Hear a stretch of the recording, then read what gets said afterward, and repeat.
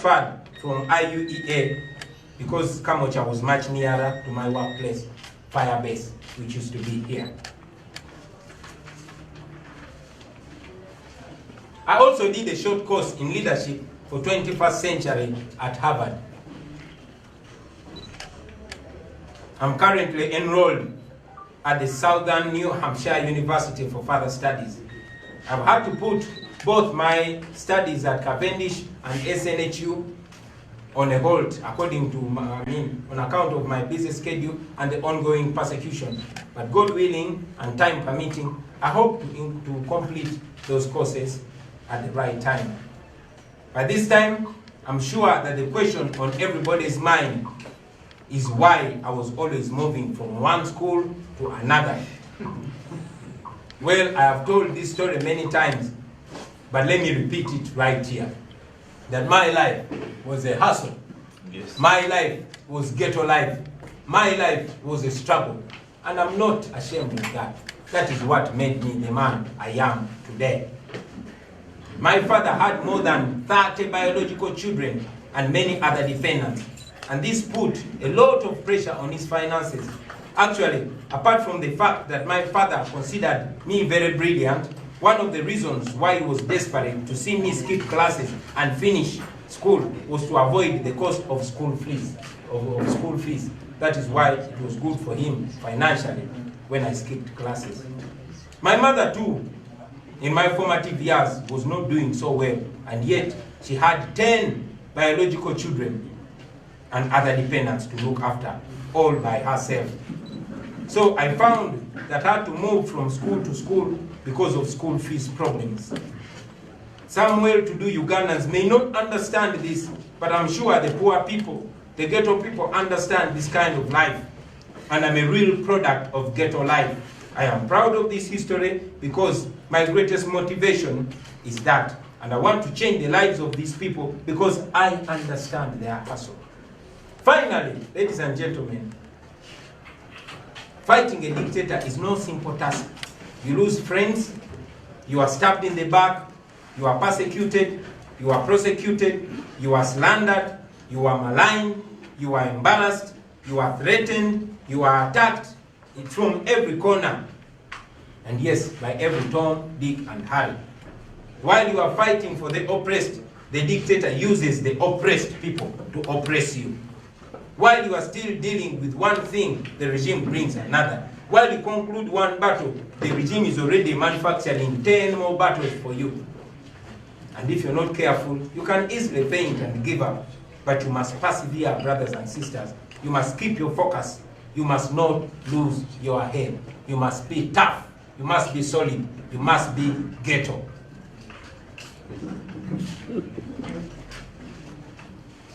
You must know that out there are millions of people that look up to you, that you must keep confident. These are the lessons that I've learned from Dr. Kizza Besigye, from Nelson Mandela, from Malcolm X, from Martin Luther King. And yes, I hope the ghetto people out there are learning lessons from my experience while I'm still alive. Dictators, ladies and gentlemen, have no shame. Their tools too have no shame. My wife and I have been left in so much wonder, seeing some of the people who are very close to us, people who we helped so much, and yes, those who helped us, turning around to do unbelievable things against us. We sometimes watch in utter shock some of the people who were previously closest to us saying unbelievable things about us. We have come to learn the kind of person we took on, and yes, we've come to learn the kind of responsibility and duty we took on. But I encourage you, comrades, to brace yourselves for even more heartbreaks. That is the cost of fighting for freedom. But you know we shall win, because we have no option but to win. Now, regarding the Electoral Commission, the Uganda National Examination Board, and other state institutions, I'm aware that several lawyers and public individuals have written asking for information regarding the academic papers of President Museveni, his wife, and several other NRM ministers. You have already taken much longer to respond to their request. than the time it took to release my academic papers. I am challenging you to release them with the same urgency, since you claim to be acting independently and within the law. Ugandans want to be sure if indeed President Museveni has the qualifications that he claims to have, that he was born when he claims to have been born. And yes, they want to be sure if he's really a Ugandan. This is a debate that has taken so many years and it needs to be concluded. Thank you, ladies and gentlemen. No Zungu, Narondu Komeza. Now, before I go to Uganda, I want to reassert it that I'm proud to be able to answer the questions why I went to different schools for different terms or different years. And maybe I'll use this opportunity to send out a message to all the people out there, especially the poor, the struggling young men and women who are living in the conditions that I've lived in. Don't be ashamed of yourself. It is okay. It is okay to hustle. Many of you cannot afford school fees. I was driving past Kololo SS, my former school, in exam time, and I saw young boys and girls, the same life that I used to live, exam time, but they are locked outside the gate because they did not pay school fees. It's not that they don't want to school, they wouldn't have gone to stop the gate money. Many of us had to jump the fence to go to school. Many of us would go into an exam room an hour later. Many of us missed our favorite exams because we did not pay school fees at the right time. So when I see people laughing at the circumstances under which I personally failed to do some exams or failed to pass other exams, you cannot understand it. It is only who feels it that knows it. This is the message to you, ghetto youth. Don't give up, man. Don't give up. You're facing that, but it's preparing you for the future. It is preparing you for a time like this one. If I didn't go through that, I would not be as hard as I am today. So, take heart. You are doing the right thing. Don't give up. Just make sure you study. Make sure you get that qualification under whatever circumstances. You are going to need it. I've said it before and I say it again that the world is not looking for a man who can explain why he did not do something. The world is looking for a man that did something, no matter how you did it. So, if you see anybody doubting you, anybody trying to beat you down, point at me as an example. Katika ngende mu Luganda. Ndogere?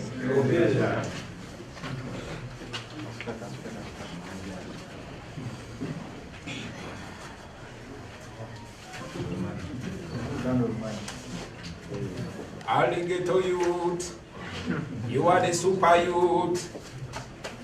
All the ghetto youth, this one for you. Mwebale nnyo basebo ne banyabo anamazo betondera naye njagala okuddamu betondera olw'okubalimbisa ebbanga eddene nnyo bweriti basebo ne banyabo. Waliwo okutaataganyizibwa kwe tufunye ku makya twesijagendamu naye mukkiriza okwetonda kwaffe okubalwisa basebo ne banyabo obudde bwammwe tutwalira ddala ng'ekikulu.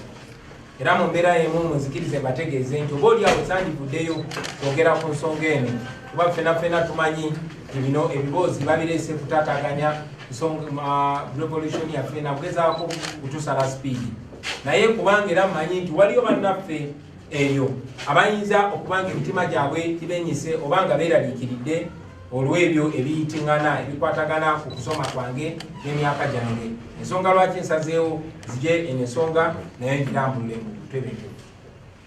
Naye okusooka muzikirize mbawe ku byafaayo oba oliawo binaatuyamba okulaba obulungi ebifaananyi n'okutuyamba okufumiitiriza ku nsonga kati zetuli mu kuyitamu olwaleero. Mu mwaka gwa 1999 Dr. Besigye yawandiika ekiwandiiko ekyali kikolokota gavumenti ya President Museveni. Ekyo n'ekiwandiiko kyatukyusa obulamu bwe embagirawo era ne kibukyusa olubeerera. Amangu n'embiro baamutwalirawo mu kkooti y'amagye ne bamuteekako omusango nti ayogedde ensonga ku platform oba ku mu mpuliziganya etali ntuufu.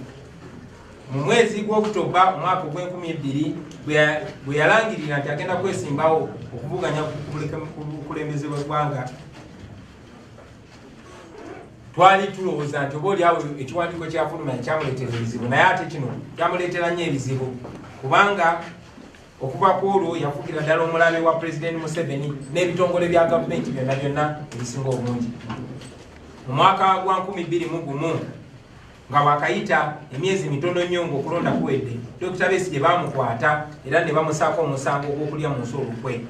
Gavumenti yagamba nti yali akolagana n'abayeekera ab'e DRC oba Democratic Republic of Congo.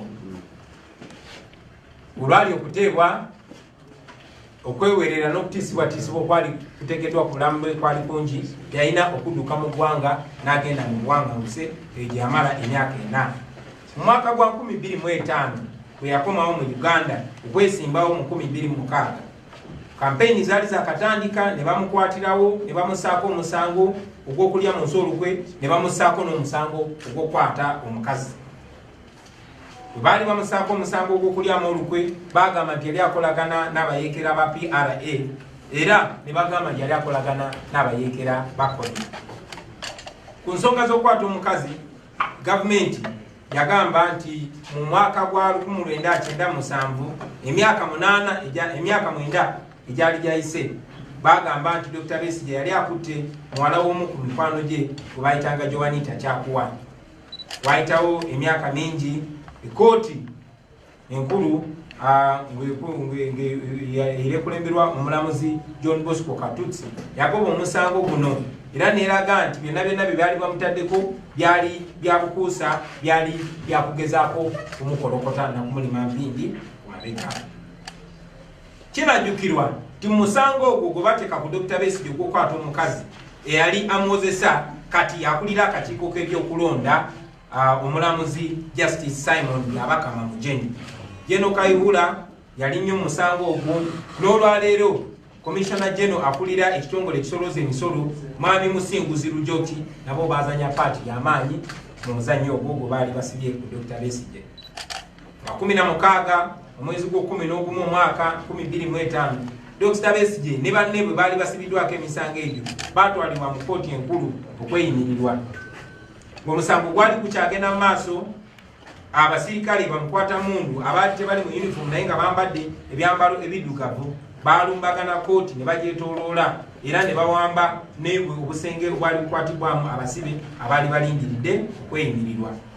Era oluvannyuma lwa byonna okweyimirirwa kwalemesebwa kubanga abasirikale bayingira mu ofiisi zonna ne bazikyankalanya abo baali bayita ba Black Mamba, era abasibe bamaliriza nga baziddwayo mu kkomera.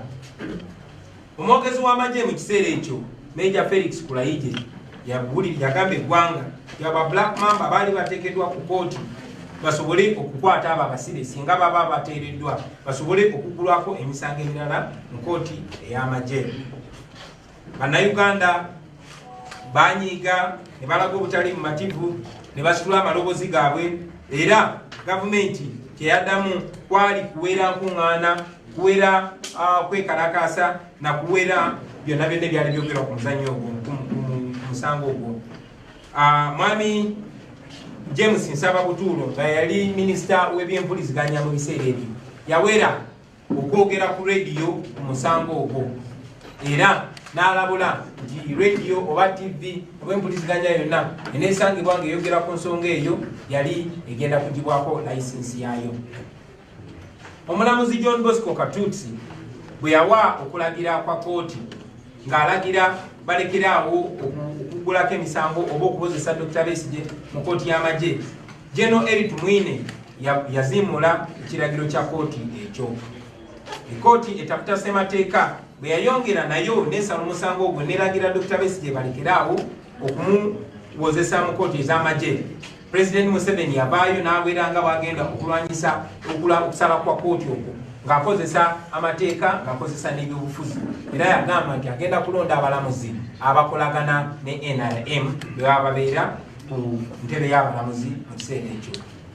Era nga bwe mwalaba Dr. Besigye bamaliriza nga bamunominatinze okwesimbawo obwa president mu mwaka gwa 2026 naye nga bamunominatinze ali mu komera. Okuva ku olwo bassebo ne bannyabo okubonaabona kwa Dr. Besigye ne banne bwe baali balwanirira eddembe tekwakoma kwagenda mu maaso paka olunaku lwa leero. Olunaku lwa leero emisango mingi nnyo egimusimbiddwa egimuteekeddwako tasobola kujjukira mirundi gyakwatibwa, misango mingi egimuteekeddwako naye tewali n'ogumu gwali gumusinze. Mu mwaka gwa 2007 muganda we gwe bayita Musaasizi Kifeefe yafa oluvannyuma lw'okutulugunyizibwa ennyo mu komera kumala ebbanga eddene.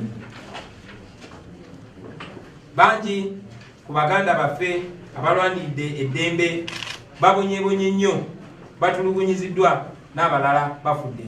Era naffe wano tujjukira mwami w'omu ku mumyuka wa President wa National Unity Platform, omwami Roxanne Zedriga, bawa deputy waffe Dina Zedriga naye yabuzibwawo era kati emyaka 20 taddangamu kulabika. Mu mwezi ogwokubiri mu mwaka 2006 gavumenti yaleeta omwami gwe bayita Kizige Moses. Ono yali mubaka wa parliament wa Bugabula county era nga yali mu wamagezi wa president.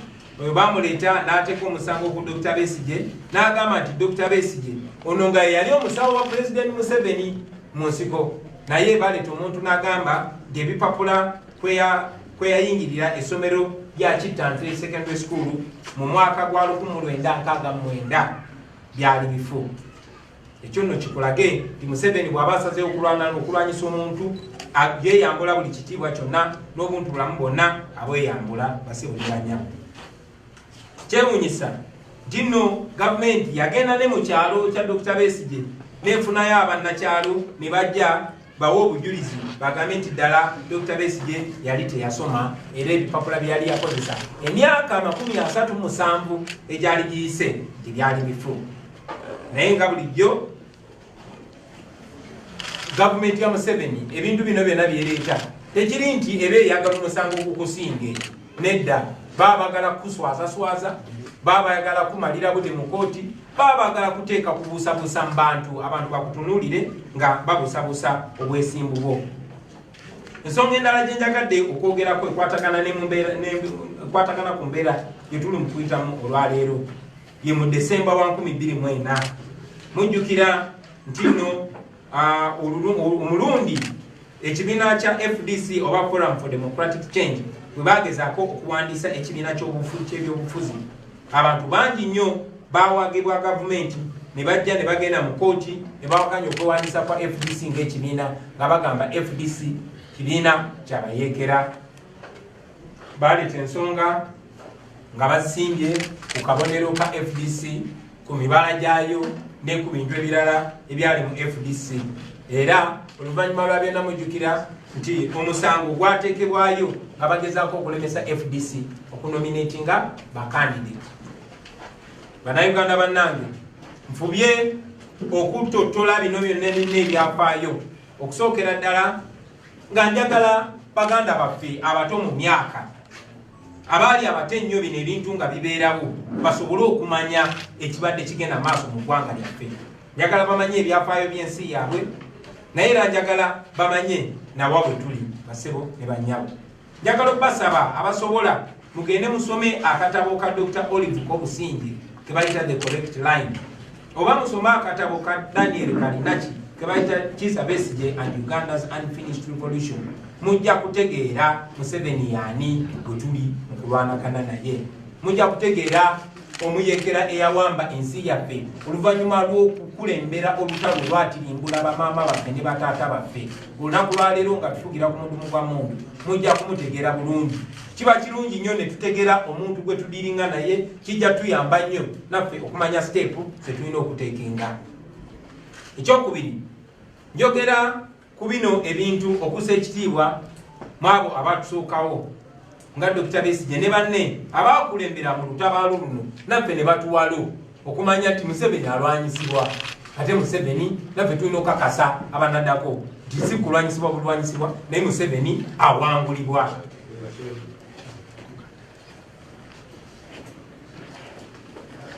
ekyokusatu era ekisembayo njogera ku byafaayo bino nga njagala baganda abaffe bonna bamanye nti nno okusoomozebwa nze ng'omuntu gwe mbadde mpitamu okuva olunaku lwe nayatula nti ngenda kwesimbawo mu 2021 si bipya. Bino byonna bw'oba obigenderedde kabadde kagenderere kagezaako okutunafuya, kugezaako kubuzaabuza, kugezaako ekifaananyi kyaffe okukikubamu ebituli, era nga bwe kibadde eri buli muntu agezezaako okugyayo omutwe n'ayagala okuwakanya effugabbi erya Museveni. Njagala mumanye nti badikiteta babeera batiitiizi. Museveni mutiitiizi, nabo bakozesa batiitiizi kuba amazima gazitowa nnyo era tebasobola geetikka, kyova olaba beekweka mu bulimba nakutiisatiisa.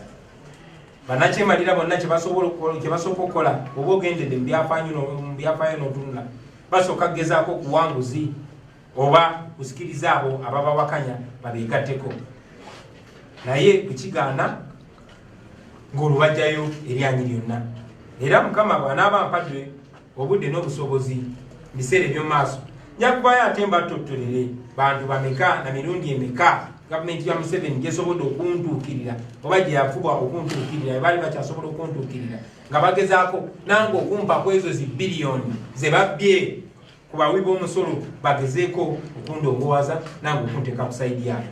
Naye bamala kulaba nti tekisoboka, bamala kulaba nti nze sigulirirwa, awo ne basalawo bajjeyo eryanyi lyonna ne basalawo banaabe ensonyi zonna.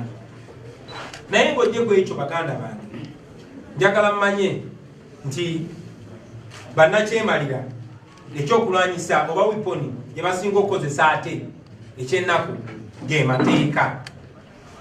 Ng'ojjeeko okugulirira, ng'ojjeeko okutiisatiisa, bakozesa amateeka nga tuuli yaabwe obanga ekyokukozesa kuviira ddala mu bazungu nga bafuga omwana w'omuddugavu n'effugabbi mu apartheid South Africa paka ku ba Bashir, ba Hosni Mubaraka, ba Gaddafi n'abalala, bakozesa tteeka nga weapon ey'okunyigiriza bannaabwe. Okuva lwetwalangirira nti tutandise People Power Movement, gavumenti ya Uganda efubye okukozesa amateeka mu ngeri enkyamu ogezaako okutulemesa. Mu Arua mujjukira ng'oggyeko ekyokunteekako omusango ogw'okulya mu nsolukwe, bagamba nti bansanze ne zimashini gaani 2 mu luumu yange, newankubadde zaamala ne zibula ng'empewo. Banteekako omusango nze wamu ne bannange nti twakuwa emmotoka etayitamu masasi, naye nti ffe twagikasukira ejjinja n'eyatika. Twakwata ejjinja limu abantu 30 n'omusobyo ne twasa emmotoka eyo, yenjogera ya Museveni ne banne. Oluvannyuma lwa byonna banteekako omusango ogw'okuwakanya omusolo ku intaneti. Era olunaku lwaleero ntambulira ku zi police bond ku misango egisukka 20. Mu mwaka oguwedde ekitongole ky'omusolo ekya Uganda Revenue Authority kyandeetera biiru ennene gye sirabanga nako, ne baŋŋamba nti bateebereza nti nali nkola sente nnyingi nnyo naye ate nali siwa musolo gumala. Mujja kujjukira nti omwaka oguwedde era nze wamu ne bakulembeze bannange omuli mukulu Joel Ssenyonyi n'abalala bwe tubadde tukulembera ekisinde ekya People Power, baatutwala mu kooti ne batugulako omusango ogw'okubeera nga tukulembera ekisinde kye bayita People Power. Mu bannamawulire mukijjukire ekyo. Emisango egiteekeddwa ku nze ng'omuntu mingi nnyo. Bataddeyo abantu ne bateekako emisango nga batandikira mu kugamba nti ettaka lya wano ekamota tuyimiridde olwaleero nti tulina mu bukyamu, ne bagamba ne baleeta omusango nti amaka gange Emagere ndiwo mu bukyamu, ne baleeta n'omusango nti Busaabala gye nnyina biiki nayo ndiwo mu bukyamu. Buli omu akimanyi nti bino ebintu mbadde nabyo emyaka egisukka mu 10, naye ekyo tekiganye gavumenti wakati mu buswavu bwayo okuvaayo n'ereeta ebintu ebisesa ng'ebyo. Naye era mumanyi nti byonna biriwo kubanga nakigamba ate nga sikizaayo nti ngenda kwesimbawo ate tugenda kuwangula Museveni mu mwaka 2021. Juzi wano bwe twavaayo ne tulangirira ekibiina kya National Unity Platform ng'ekibiina ky'obufuzi. Abantu abamu baavaayo ne bagamba nti twalondebwa okulembera kino ekibiina mu bukyamu mu bumenyi bw'amateeka. Newankubadde kiswaza nnyo ng'era bwe kibulikika, abantu be bamu baali ku press conference nga balina membership card ze baafuujinga byonna mubiina ku kamera ne bagamba nti bagenda kuloopa mu kooti. Naye ate kyewuunyisa nti bwe bagenze mu kooti okuloopa omusango, ate zi membership card ze bagambye nti balina tebaziwaddeyo, era ne bagamba nti ekibiina mu kiseera ekyo kyali tekigaba membership card era tebabawa membership card. Eno ensonga eringeri gyeri mu kooti sigenda gyogerako nnyo kubanga ekyo kooti tekikkiriza kwogera ku musango nnyo guli mu kooti. Naye era ndowooza mulaba obuswavu bwa President Museveni ne banne bakola nabo. Tulina obukakafu nti ebitongole bya gavumenti naddala ebikuumaddembe be bali emabega w'abano abantu be babateekamu ssente ez'omuwi w'omusolo okugezaako okulwanyisa abo abagezaako okulwanirira Bannayuganda. Naye kituwa essuubi baganda bange nti ebintu bino byonna byonna tebyakasooka okolebwa. Bino ebintu byonna byonna bize tebimalako, era mbakakasa nti ku mulundi guno tebigenda kumalako. Ebyo byonna nga maze obyogera baganda bange, ebyo byonna nga tumaze obyogera, njagala otwala guno omukisa ate okwogera ku nsonga ebadde mu mawulire, ebadde ku mimwa gy'abantu ebbanga lino lyonna lyonna eriyise. Mbyogeddeko waggulu nti buli gavumenti bwebeyagadde okulwanyisa abo abagivuganya, wabaddengawo Bannayuganda abeereeta bo nga beetegefu okukozesebwa. Bangi badde bannaffe, abalala badde ku bantu abatumanyi, abalala Bannayuganda ababeereeyo naye nga bo tebibakwatako ne baba balimba kasita babala babwadde ssente. Dr. Besigye bakozesa Bakyakuwa, bakozesa Bakizige, bakozesa Bagiribert Alinaitwe, bakozesa Byabakama n'abalala bangi.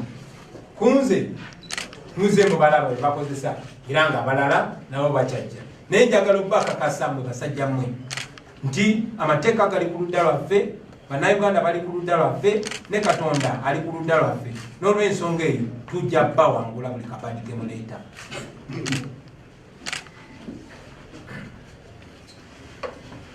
Bwe nasooka okwesimbawo mu Kyaddondo mujjukira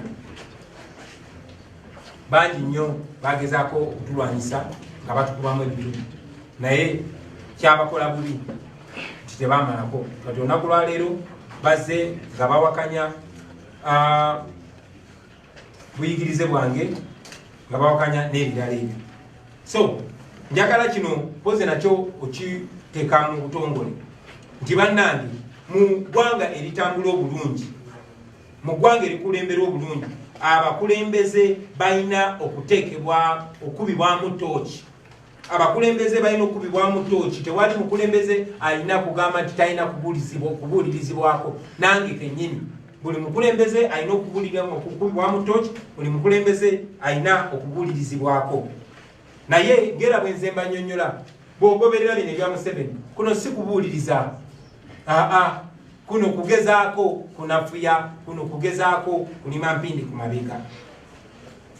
Obulamu bwange bwonna nga mmwe bannanga basinga abamanyi, obulamu bwange businga mbuliibinze mu maaso gammwe nga mundaba, mbuliibinze mu kamera. Tewali kintu kyonna kyonna kikwata ku nze kyesoogeddeeko mu lwatu, obutali mulundi gumu, ekitali mirundi ebiri, ekitali mirundi esatu. Naye olwa okusaba kw'abangi n'olw'okwagala mbinyongera ate nkikube mu ttooki, nyongere mbiteeke mu musana, sazeewo olwaleero nateera mbeeyo mbiteekewo straight. Era ensonga ze zino wammanga. Ensonga esooka, nze Kyagulanyi Ssentamu nazaalibwa nga 12 omwezi ogwokubiri omwaka 1982. Banzaalira Nkozi. Mukulu wange ali awo gwe bayita Julius Walakira, ng'ono gwe nzirako, nga maama y'omu ne taata y'omu, bamuzaalanga 23 omwezi ogw'ekkumi omwaka 1979. At least bw'oba ogendedde weewandiko byonna byonna ebiri official ebibye. So tewali ngeri osobola kuŋŋamba nti ate nze banzaala nga 12 ogwokubiri 1980 ng'ate omuntu gwenzirako ng'omukyala y'omu ye yatuzaala nga ye bamuzaala emyezi 4 egyali giyiseewo. So omukazi tasobola kufuna lubuto mu myezi infact 3 n'ekitundu, tasobola kuzaala leero ne wayitawo emyezi 3 n'ekitundu n'azaala omwana omulala. Natandika okusoma mu 1986 era nga nasomera mu St. Maria Goretti Nursery School e Kamwokya. Ero essomero lyabeeranga mu Kifumbira wali ne kati liri awo emabega wa kino kizimbe, era musobola oddiraba mwenna abasebo ne banyama. Nasoma P2 nasoma P1 mu City Primary School, kati baliyita Aya Primary School, liri awo Kamwokya waggulu, era P1 nagisoma mu 1987. P2 nagisomera Kanoni Umeya Primary School 1988. Eyo no gye nayigira n'okusoma essaala z'abasiraamu, temunsanga ne mumpita omusiraamu, nasomerayo busomezi. P3 nagisomera Kasaka Primary School ewaffe Gomba mu 1989. P4 ne P5 nagisomera Kanoni Catholic School mu 1990. Eyo no nasomerayo kuva mu 9 paka mu 91, P4 ne P5. P6 nagisomera St. Aloysius Primary School e Bukalaji mu 1992. Eyo no gye nali ng'asoma bulungi, kitange n'asaba headmaster waffe ebiseera ebyo bamuyitanga Mr. Kato, n'amusaba mu ssomero gye nali badde gye nasomera P5 e Kanoni Catholic School, n'amusaba anzikirize embi gye sitalinge musobole okutuula P7. N'olw'ensonga eyo P6 nagisomako taamu 2, taamu eyasembayo nagimala nasoma P7 era nentula ebigezo mu mwaka gumu ogwo ogwa 1992 nempita nengenda mu senior 1. Taata wange yaweebwa amagezi nga ali mu kujjuza foomu zange ez'okutuula P7. Yaweebwa amagezi ng'emyaka gyange bagyongereko emyaka 2 gisobole okukwatagana n'emyaka gy'abakandideeti abo abali batuula P7 mu kiseera ekyo, nga mwe muli ne mukulu wange gwenzirako Julius Warakira. Era eyo ensonga lwaki bwe nali ndigisitalinga mu P7 baateekawo 1980. Ekyo nno ensobi gye nalina okutambula nayo ku empapula zange information eremu esobole okufaanagana, nalina okutambula n'ekyo paka ku senior 4, nalina okutambula n'ekyo paka ku senior 6, nalina okutambula n'ekyo paka ku university. Newankubadde natuula P7 nga ni P6, mwana watu nasoma bulungi era nempita nengenda mu senior 1. Naye ngera bwe mbanyonyodde ti nalina okontinuinga, nalina okugenda maaso n'eyo mistake yali ekoleddwa ku mpapula zange paka emyaka paka mu mwaka ogw'2000. So kino njagadde mukibajukize nti taata wange omugenzi kati JW Sentamu emyaka 9 egiyise mu mwaka gwa 2010 ayina interview gye yakola era nga video recording eyo gyeri ng'annyonnyola engeri bino byonna gye byali bikoleddwa. Oyo yali kitange omugenzi JW Sentamu. Eyo video eri available era tujja gibawaako. Ensonga y'emu, omu ku bakulu bange Eliyawe waliwo interview gye yakola emyaka 14 egiyise mu 2007 era n'akinnyonnyola bulungi nga bwe nasobola okutuula P7 nga ni P6. Era n'omu ku bakulu bange Nyanzi mu 2008 waliwo interview gye nalabye era nga naye yali akyogerako. N'olw'ensonga eyo eno ensonga si mpya, eno ensonga tezze lunaku lwa leero.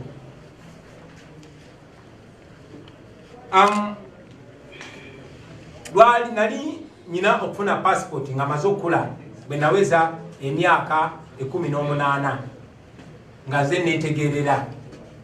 Bwe nali nfuna passport awo we nagenda okutereereza record zange zino nga ndi muvubuka wa myaka 18 omusajja kudde era bwe nali nfuna passport nasana swearinga affidavit eyali ecorrectinga obwo bukyamu era obwo bukyamu ne butereera okuva mu mwaka ogw'2000 kati emyaka 20 egyakayitawo. Nalabye abantu abamu ku social media nga bagamba tinakyusa emyaka gyange we nabadde ngenda kwesimbawo wano mu 2017. Njagala obasaba mugende munoonyereze bulungi nnyo sente ze babasasula okutulimirira muzikozese bulungi, mukole research, muleme kola nsobi ate zigenda baswaza mu maaso g'abantu. Ekikwatagana n'amanya gange nakyo nja kyogerako. Erinnya erimu wasentamu nga waliwo single S, eddala nga waliwo double S, naye nga byonna byange nga nze Kyagulanyi sentamu emu eriko single S, endala eriko double S, baadde bagufudde musango.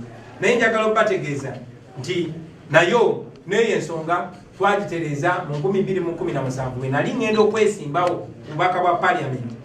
Nakola kye bayita statutory declaration ng'amateeka bwe geetaaga, era ekyo ne kitereezebwa, era ensonga lwaki banominatinga okwesimbawo ng'omubaka wa parliament. Nagenda ne mu UNEB ne baverifyinga oba ne bekenenya empapula zange ez'obuyigirize, era nazo nekenenye, bazikenenya bulungi. Kasubire nti ekyokukitanya ekyo kijja kuyamba baganda baffe abali eyo emitima begibadde gyewanise nga balowooza oba bano abantu abatulimirira bayinza okuba n'obutuufu bwonna tebalina. Ndi muntu agoberera amateeka, mbadde muntu agoberera amateeka ate n'okugamanya ng'amanyi, mbadde muntu akkiriza ennyo mu bwesimbu, atambulira ennyo mu bwesimbu, ayagala ennyo mu bwesimbu. Tiimu yange y'abannamawulire bwe neeba ng'erina kyeyagala okulungamya mu nsonga ezo ejja genda maaso n'okola ekyo, era nja kuba mbategeeza basebo ne bannyabo. Naye nga bwe mbagambye ndudde kino kyadressinga nga njagala beekeje begwenyalwe, naye era nga manyi nti ku lasti bagenda kufiira mu firimu yaabwe.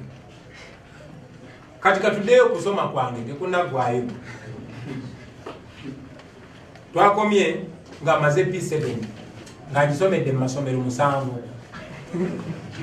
Tugenze mu secondary senior 1 first term asomera St. Maria Goretti Secondary School e Katende. Senior 1 second term nembayo nengenda Brain Trust Academy e Rubaga. Enasomerayo kuva mu senior 1 second term paka senior 3 third term, kuva 9 paka 9. Senior 4 nasomera Kitante Hill School. Eyo no Kitante twasomera ne banangi bangi nnyo, ba Master Paroti, ba Tulumani, ba Baby Kulu, ba Ruth Boy Devu, bonna twasoma nabo Kitante. Tewankubadde abamu twali mu class emu ate abalala nga batuli mu class ya waggulu. Nkomye ku senior 4 mukobere.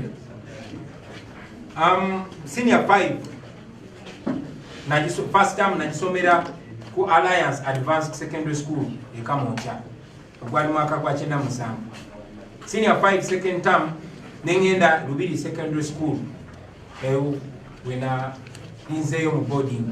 Ekyomukiso mubi imweyo term yennyini mama wange weyafiira accident nemisomera era nali nyina okuvayo mu esomero eddungi erye Lubiri. Senior 5 third term olwo nengenda Kololo Secondary School wano ku Lugogo bypass. Eno jenasomera ne senior 6 era mu November ne December wali ku 1998 netula ebigezo ebya senior 6.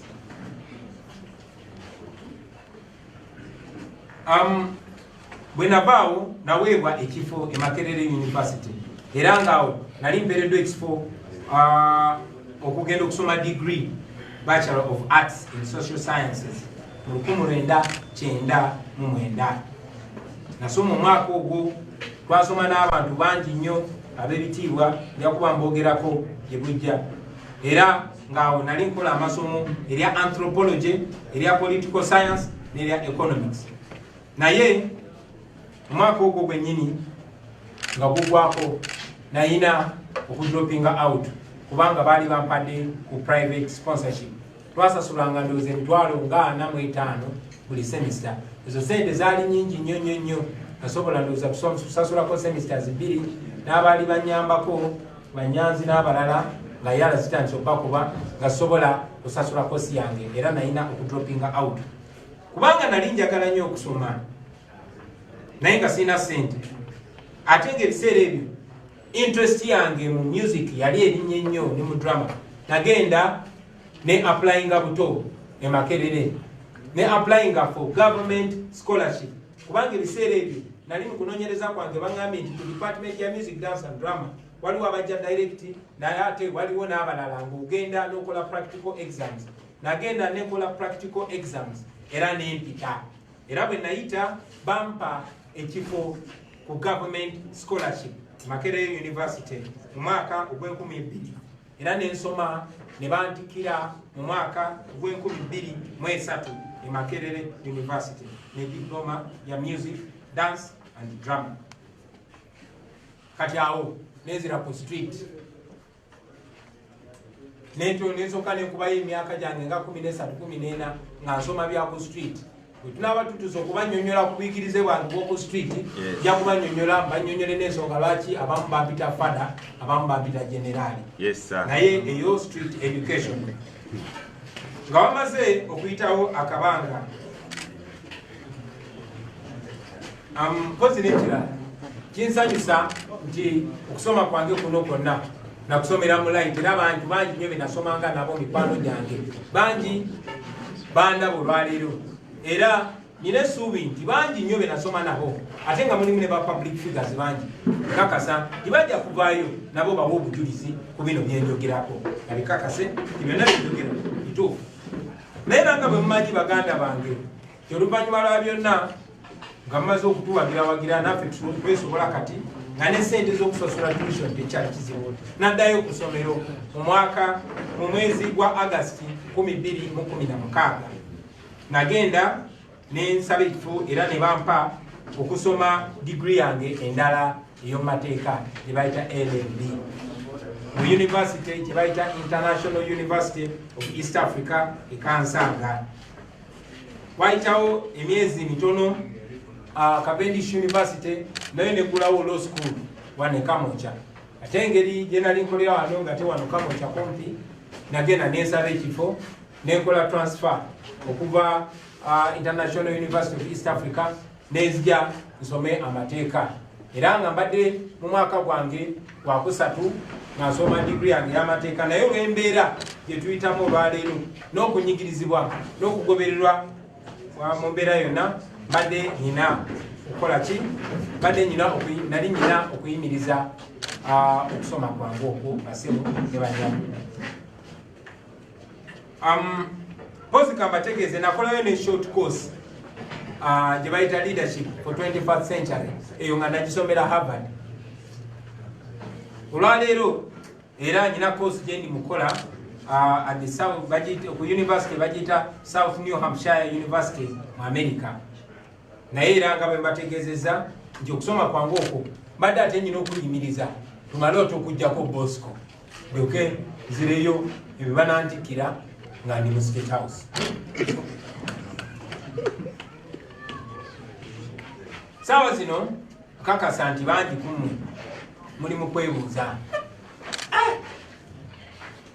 kyava kuki okusomera primary mu masomero kumpi 8 secondary n'okisomera mu masomero 7 university n'okisomera mu universities 4 nga te university emu yokka gye bakutikidde jajja kitya ekyo nakyo jakyogerako bwe nti bannange nti obulamu bwange mbubadde bwa kupambana obulamu bwange okufaananako n'obulamu bw'abantu abalala bubadde bwa mitobo era nze okusoma kwali kusobola okugaana kubanga mikwano gyange benakola nabo bangi nnyo okusoma kwagana si kuba tebaali bagezi mu ssomero, si kuba baali tebaagala kusoma, naye olw'embeera gye baali balina okuyitamu.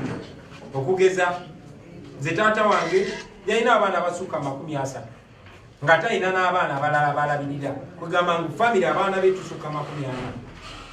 So ng'okunyigirizibwa ku nsawo ye kungi. Maama wange yennyini yalina abaana be yazaala mu lubuto lwe abaana 10, naye ate nga alina n'abalala abaana batazaala naye nga baana be baganda baffe nga ffenna balina otubeezaawo. So ebintu bya school fees ffe byalinga bizibu, okusoma kwaffe kwalinga kwa mbirigo. Nze nakyogerako nti maama wange engeri gyali omusawo yalinanga okusiba akagere kange plasita, kubanga sayinanga ngato netuuka ku ssomero ng'olina okuyingira ng'owenyera omusomesa akubuze lwaki toyambadde ngatto nga banno, ng'olina omunnyonnyola nti akagere kakoze eki kalwadde, naye nga akagere si kalwadde.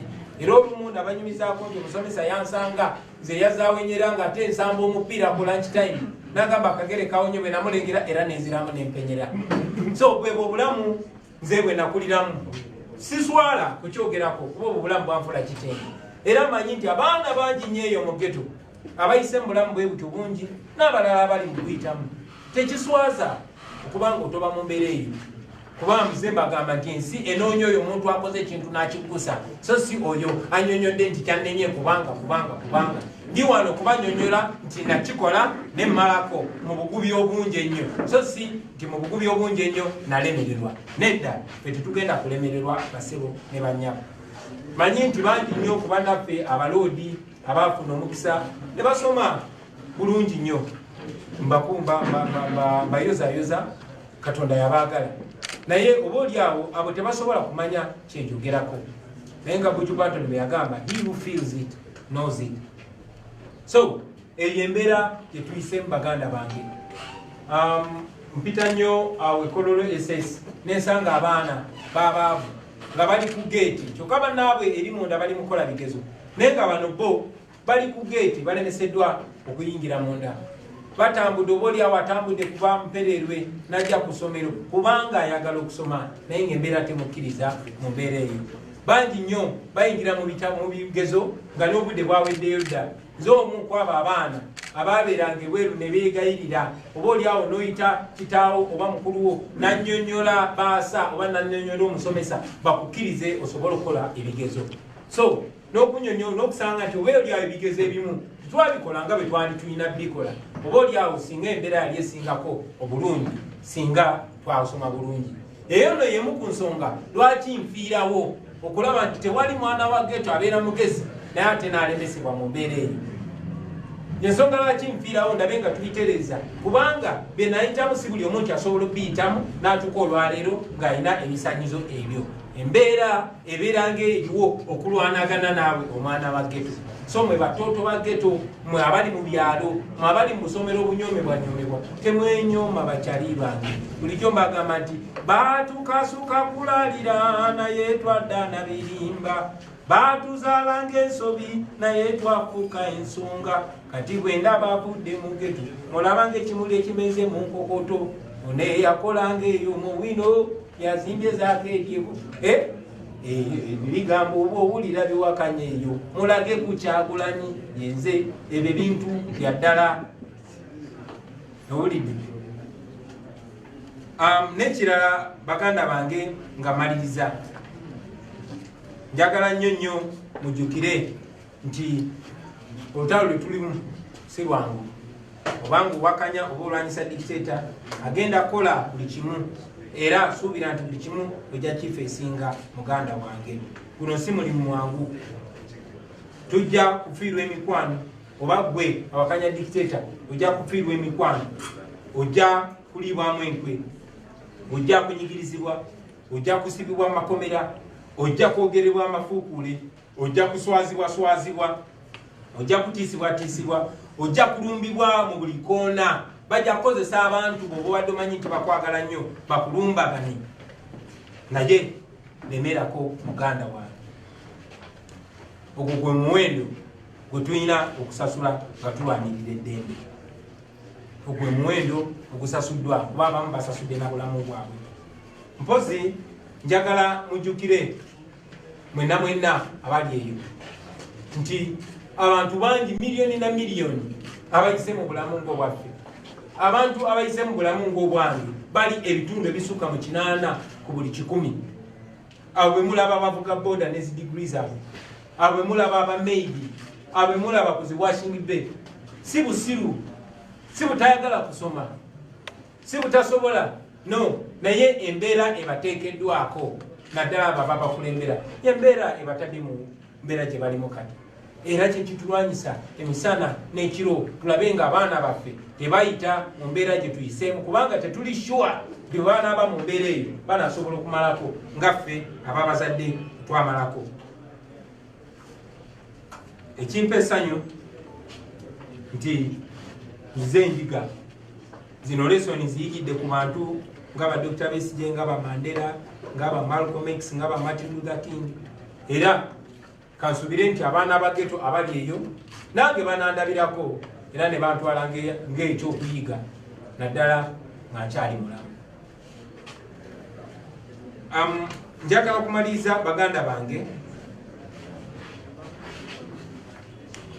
nga buno bubaka bujagenda eri akakiiko k'ebyokulonda, akakiiko k'ebyenjigiriza, k'ebyebigezo, Uganda National Examinations Board n'ebitongole bya gavumenti byonna byonna. Manyi bulungi nnyo nti waliyo balooya n'Abannayuganda ababawandikidde nga baagala okumanya ku bikwata ku kusoma kwa Pulezidenti Museveni, ebikwata ku kusoma n'obuyigirize obwa mukyala we Janet Museveni, n'abamu ku bakungu aba NRM ne baminisita.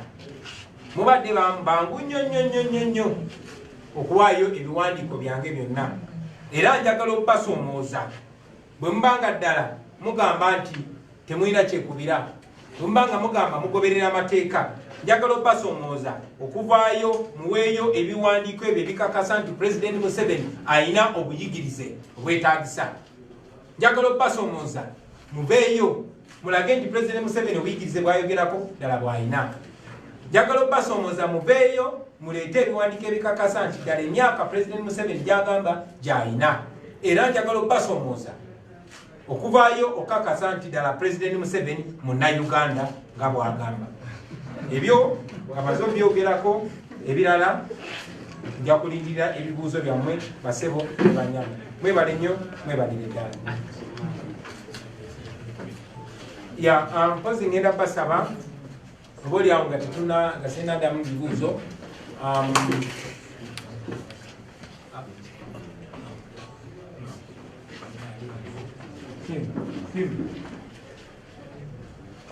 Bwe tumaliriza ndowooza kantwale ebibuuzo byammwe, male okuddamu ebibuuzo byammwe.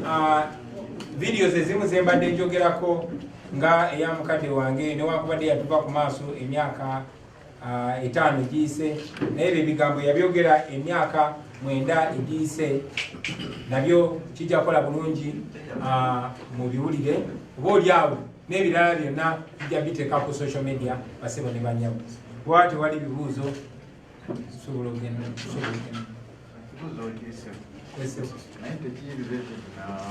Njagala twogere ku nsonga eno kuba ensonga enkulu.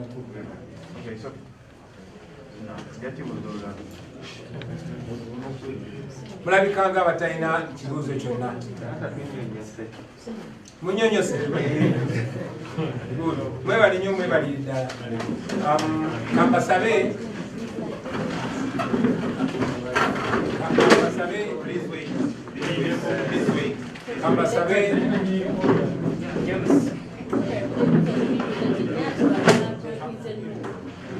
kati kansabe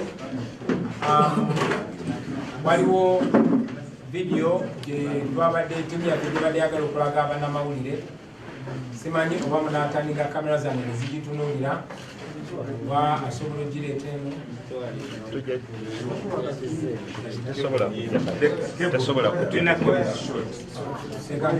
Ngenda basaba there's a screen right behind you, friends.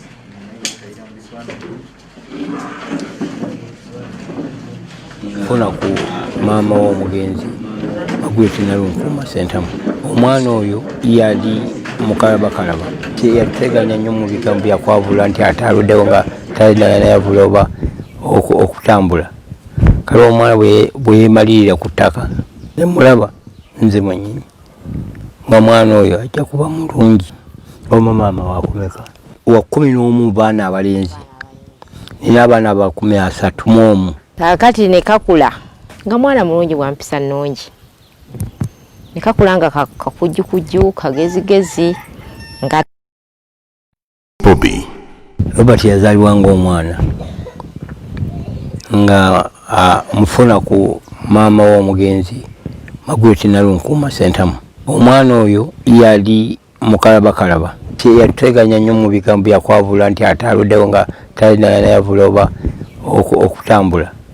Kale omwana bwe yeemalirira ku ttaka ne mulaba nze mwennyini nga mwana oyo ajja kuba mulungi. Oma maama wakumeka? Wa 11 baana abalenzi, nina abaana aba 31. Kakati ne kakula nga mwana mulungi wa mpisa nnungi, ne kakula nga kakujjukujju kagezigezi nga ate katwagala. Mu myaka mwana nga awezezza emyaka nga 15 Katonda we yatwalira maama we. Katonda atusase ne tumukuza ne tumutwala ku ssomero Kanoni awo ku Roman Catholic Church Primary School. Nateekagana n'omukulu w'essomero nti omwana ono nga bwali bright bw'ati nsaba kole P7 mu 6. Headmaster n'akkiriza. Kulyatoke n'akajanjaalo kano kadde kaffe mwana kamazeeyo emyaka nga 10 bulijjo maama nga Mr. Katacha ali headmaster. Eno yali P5 eri naleka bazimba office nendoza tebagimala.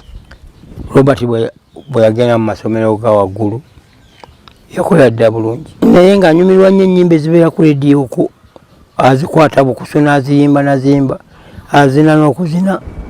Nali Makerere, nze nali nkola social sciences, ye nga ali mu department ya MDD, information technology, kati he had majored in literature. Bobby. Robert yazaalibwa ng'omwana nga mufuna ku maama w'omugenzi Magweti Nalunkuuma Sentamu. Omwana oyo yali mukalabakalaba yateganya nnyo mu bigambo byakwabula nti ate aluddewo nga talina yavula oba okutambula. Kale omwana bwe yeemalirira ku ttaka ne mulaba nze mwennyini nga mwana oyo ajja kuba mulungi. Oma maama wakumeka? Wa 11 baana abalenzi, nina abaana aba 31. Kakati ne kakula nga mwana mulungi wa mpisa nnungi, ne kakula nga kakujjukujju kagezigezi nga ate katwagala. Mu myaka mwana nga awezezza emyaka nga 15 Katonda we yatwalira maama we. Katonda atusase ne tumukuza ne tumutwala ku ssomero Kanoni awo ku Roman Catholic Church Primary School. Nateekagana n'omukulu w'essomero nti omwana ono nga bwali bright bw'ati nsaba kole P7 mu 6. Headmaster n'akkiriza.